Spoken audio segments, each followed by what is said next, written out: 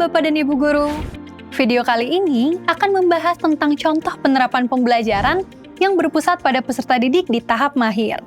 Di video ini, kita akan mendengarkan proses yang dilakukan oleh seorang guru untuk menghadirkan pembelajaran yang berpusat pada anak di tahap mahir.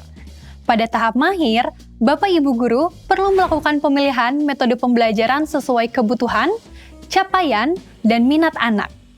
Lebih lanjut, pada tahap ini, guru sudah lebih terbiasa berperan sebagai fasilitator di kelas dengan memberikan lebih banyak kesempatan untuk peserta didik belajar mandiri dan bertanggung jawab atas proses belajar mereka. Untuk memahami lebih jelas, mari kita dengar cerita Bu Mawar dari TK Dewi Sartika. Halo semuanya, saya Bu Mawar.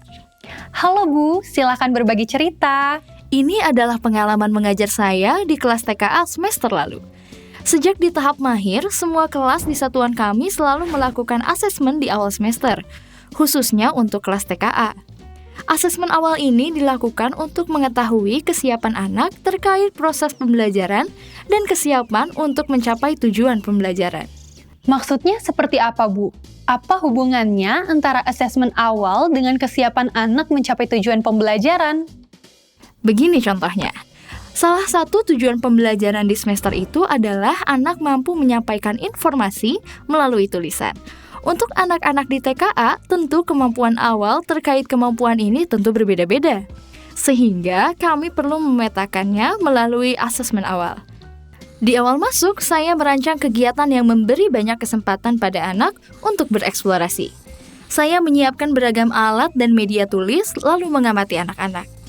Saya mengamati kemampuan yang ditunjukkan seperti cara anak menggenggam alat tulis, kemampuan membuat garis, kemampuan mengenali jenis alat tulis, kemampuan mengamati perbedaan alat tulis, kemampuan menuliskan bentuk sederhana, dan lain-lain.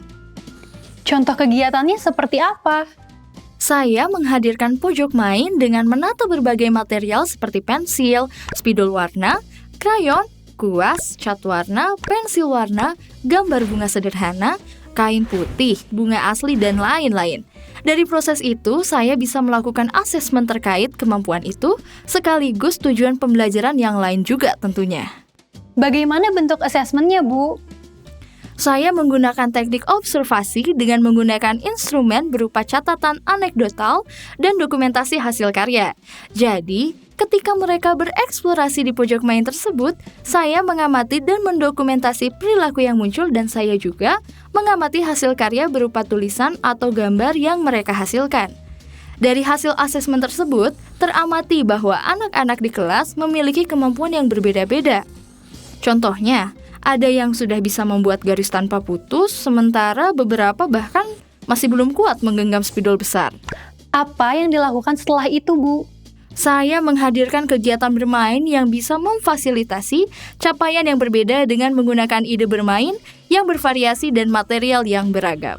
Contohnya? Contohnya di kegiatan ini, kami menghadirkan satu kegiatan yang kaya akan kesempatan mengeksplorasi gambar untuk memberi kesempatan kepada mereka untuk melatih kemampuan menuangkan imajinasi mereka ke dalam sebuah gambar. Sementara satu lagi kegiatan yang kaya akan stimulasi kemampuan motorik halus untuk anak yang masih belajar menggenggam alat tulis dengan bermain gasing. Kalau misalnya area bermainnya cuma satu, bagaimana, Bu? Tentu bisa. Misalnya, bagi anak-anak yang telah lancar membuat coretan, akan diajak untuk membuat kegiatan melukis wajah di batu. Sebagai cara lain untuk mengasah kemampuan anak menuangkan idenya, sambil melatih motorik halusnya.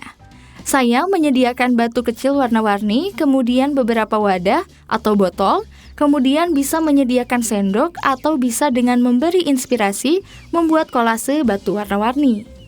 Sedangkan untuk anak yang perlu dibina kekuatan genggamannya, saya pendam batu-batu pada adonan tepung yang lengket.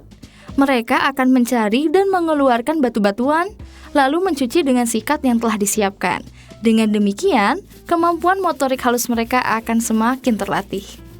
Oh iya, kenapa topik itu yang dipilih, Bu? Selain karena kebutuhan mereka untuk mencapai tujuan pembelajaran, topik itu dipilih karena minat mereka yang ditunjukkan terhadap batu. Saat topik tamanku indah, mereka menggelindingkan batu, memutar batu, dan lain-lain. Bagaimana Ibu dan Bapak?